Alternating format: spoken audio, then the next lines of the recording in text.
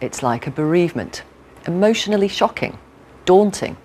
How some politicians have described the feelings of realising they've lost their constituency seat, been rejected by the electorate, and are now no longer MPs.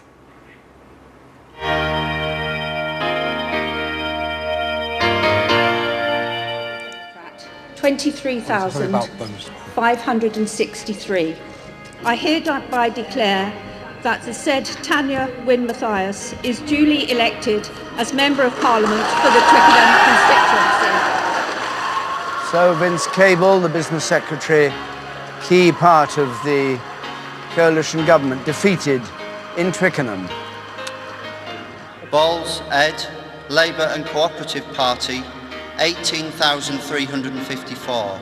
Therefore, I give public notice that Andrea Marie Jenkins is duly elected as the Conservative Party candidate, Member of Parliament for the Morley and Outwood constituency.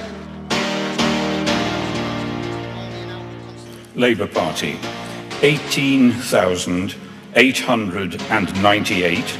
The Conservative Party candidate, 18,481. Danny Alexander, Scottish Liberal Democrats, 18,029. I give public notice that Drew Henry is duly elected as the Member of Parliament.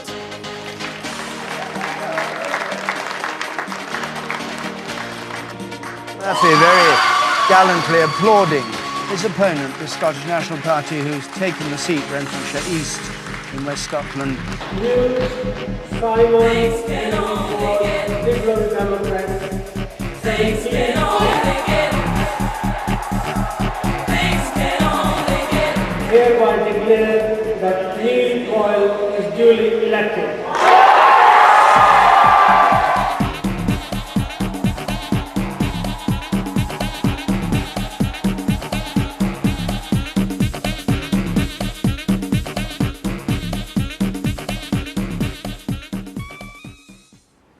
Well, after those declarations, MPs have 5 days to clear out their office, potentially make staff on their team redundant and hand in their Parliament security passes.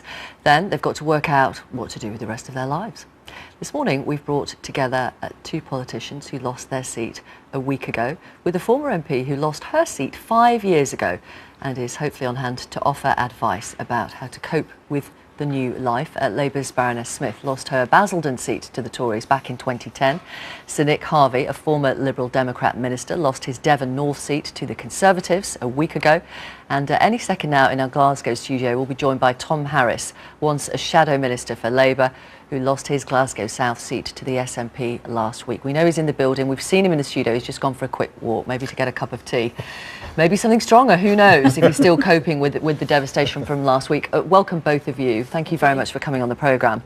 Sir Nick Harvey, what words would you use to describe you being voted out by the electorate? Well, I was shocked at the time. I suppose a few days later it's still sinking in, all the implications of it. I'd always known this was going to be a difficult election. The Lib Dem poll ratings in the months and years running up to it made that clear, but nevertheless we fought a really good campaign and thought we were getting through. And I think at 1:10 on Thursday night I probably thought we'd done enough to win. And at really? 10:01 I heard the exit poll and knew immediately that we couldn't possibly have won. So it was literally just like a wave hitting you, and I've been adjusting to that ever since. But the ramifications of that on every part of your life are profound, and it takes a while to take it all in, really. And at the 10:01, having heard the exit poll, you're at home at this point, are you? Actually, I was still in the office because we had been knocking on doors right up till about 10:15 to try and drag the last few voters out. The team had then come back to the office. Those who were going off to the beginning of the count were pulling their coats on, and somebody with a radio said, "The exit poll's in," and we listened to it, and there was sort of stunned silence, and everybody saying to me, "It can't be right, it can't be right." And I was saying, well, hang on, everybody said in 2010 when the exit poll came out, it can't be right. And yet it proved that they'd got it more or less spot on. And I felt, you know, the number crunchers at the BBC and ITV and Sky had weeks, if not months, to consider the science of this exit poll, and I was pretty sure they probably had got it right, which indeed very broadly they had. And I knew at once if there were only destined to be 10 Liberal Democrat MPs at my seat, wasn't going to be one of those. If there had been 30, it might have been one of those, but no way at 10. And then we had just a few hours to take it all in. And in those hours, are you thinking about your family or your future or money or your team or the party nationally? What's going on? All of those things, absolutely, all of them churning and whirling around. But the news that we'd gone... Did you shed tears? Do you mind me asking? Not at that stage, but the whole theatre of the declaration was all a bit too much, if I'm honest, so I did at that point. But I think the dawning realisation for the party that 40 years of progress had been wiped out in a day was the hardest thing to take in when you think of all the work that had gone into dragging us from where we were in the sort of Joe Grimm and Jeremy Thorpe era to where we were prior to last Thursday, just gone in one fell swoop. It really was just too much to take in. For most of your adult life. Indeed, yes. So this is a massive transformation. It is, absolutely. I mean, it's 25 years since I was in normal workplace. I worked in a city which has changed out of all recognition in a quarter of a century. There's no way I can possibly go back. So what the future holds, I haven't the slightest idea. Are you anxious or?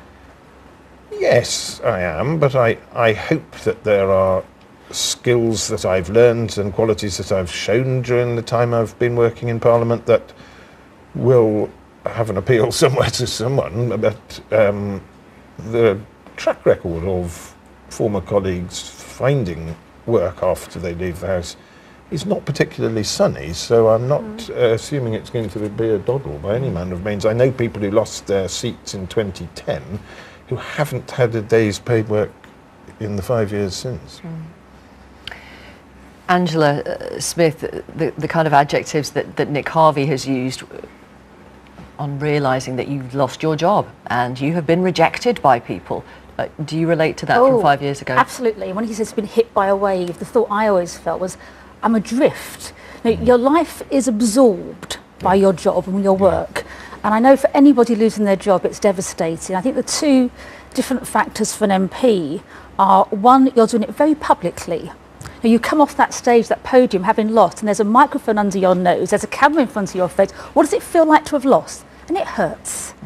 And you've been absorbed by it. One of my close friends, Steph, who I was at school with, all those years I've known her, and she said to me, about 18 months after I've lost, when we were out together, she said, I've seen you more in the last 18 months than I saw of you in the previous 15 years. So the upside is your social life and your family life does improve. You have time.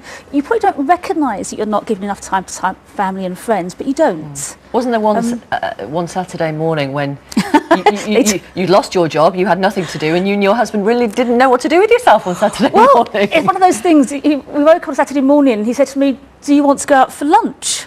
And my first reaction was to say, I need to check the diary, because normally if you're having a Saturday lunch with your husband, you'd check, well, 2 or 3 weeks' time I'm not doing anything. And I could say, yes, we can go out for Saturday lunch.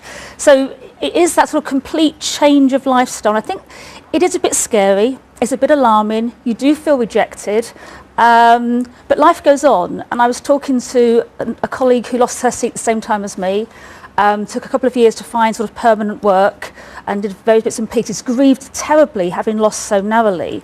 Grieved? Grieved, yes, it was a grieving process. She was terribly sad for a long time and she missed the work, she missed her colleagues, she missed her constituents dreadfully, still lived around the constituency and involved in things, but it's different. And she said, but you know what, I wouldn't have changed a single day, I'd do it again. Wow, okay. We'll talk about you being offered a role in the House of Lords in a moment. Tom Harris is with us. Mr. Harris, welcome to the programme. Thank you very much for talking to us.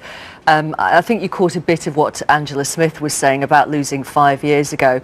You lost your seat to the SNP. Were you therefore preparing mentally for what was to come for weeks or months? What would you say? Yeah, I mean, I think for the last 6 months, you know, the polls were pretty unambiguous and relentless. None of those polls showed that I had the slightest chance of holding my seat. But if you're leading a campaign, a local campaign, you've got to have some spark of belief that you can actually pull through despite the odds. If you don't have that, you just wouldn't get up in the morning. But was it a pretense? Were you pretending to yourself, or were you just pretending to the people around you to keep them going? Well, given the result, this will sound a bit stupid, but I genuinely believed I could win. Even in the last day on polling day, I genuinely thought I might scrape it. Wow. I wonder if that's human nature or some kind of... Yeah, I think it is. It must be, mustn't it? Yeah, I think it absolutely is. You just wouldn't be able to motivate yourself at all if you weren't able to provide that self-delusion that you could actually win. And of course, there's always the hope that the polling companies are wrong. I know they were wrong in England. And I wish to God they'd been wrong in Scotland, but they weren't. They were bang on. I think your head and heart tell you different things as well. My boundaries changed in my last session in Parliament. So on paper, even though I was a Labour Member of Parliament, it was a Conservative seat. So my head looked at the figures and said, how can we win this? But my heart told me I could. I mean, it's that head and heart thing, Tom, isn't it? You're trying to make sense of it.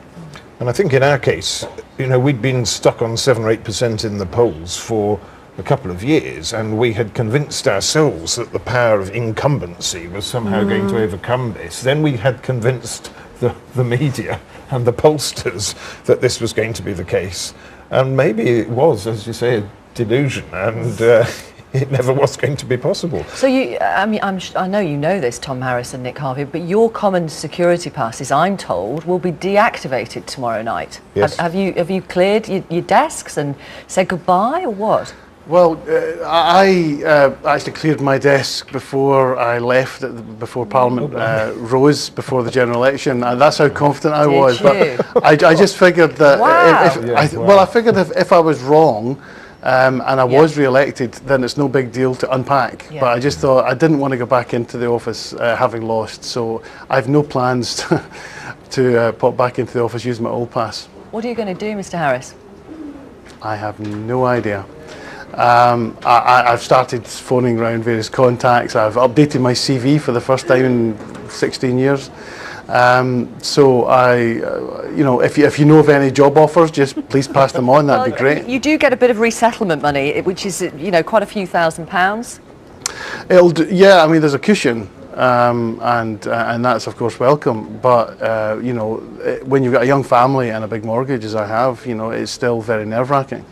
But I'm optimistic. I've always been a glass half full kind of guy, so we'll see if the offers start pouring in. Angela, final word of advice to both Tom Harris and Nick Harvey. I think for all of us know, and we're obsessed by politics, we love what we do, we want to help our constituents. When we can no longer do that, we find other ways to use those energies. And I think also both Nick and certainly Tom will get lots of offers from people who want them to be involved in what they do, because you've got skills, you've run campaigns. I got loads of offers, nearly all unpaid, I have to say. So it's charities wanting you to do more for them. But that does help your morale and gets you involved. And you've got friends and family who are longing to see you. Okay. On Twitter, one viewer says it's not just the MPs. For every one ex-MP, there are around 10 unemployed members of staff. Reverend Paul Farnhill says... Not so many. About 4, probably. About 4, okay, fair enough. Reverend Paul Farnhill says, as if any ex-MP will ever see the inside of a job centre. Well, if you want your stamp paying, you'll have to go along and claim, yeah, most do. And Lee on Twitter says, I hope we're not supposed to feel sorry for these ex-MPs. Do you think we'll see them using a food bank at some point in the future? Who knows? Yeah. I think that's part of the thing. There isn't any sympathy for ex-MPs, but it's like everybody else who loses their job. They've got to get out there and they're in the real world. It's not a different world for MPs as it is for everyone else. Thank you very much, all of you. Thank you very much Thank you. For being so candid as well. Tom Harris and Angela Smith and Nick Harvey. Thank you.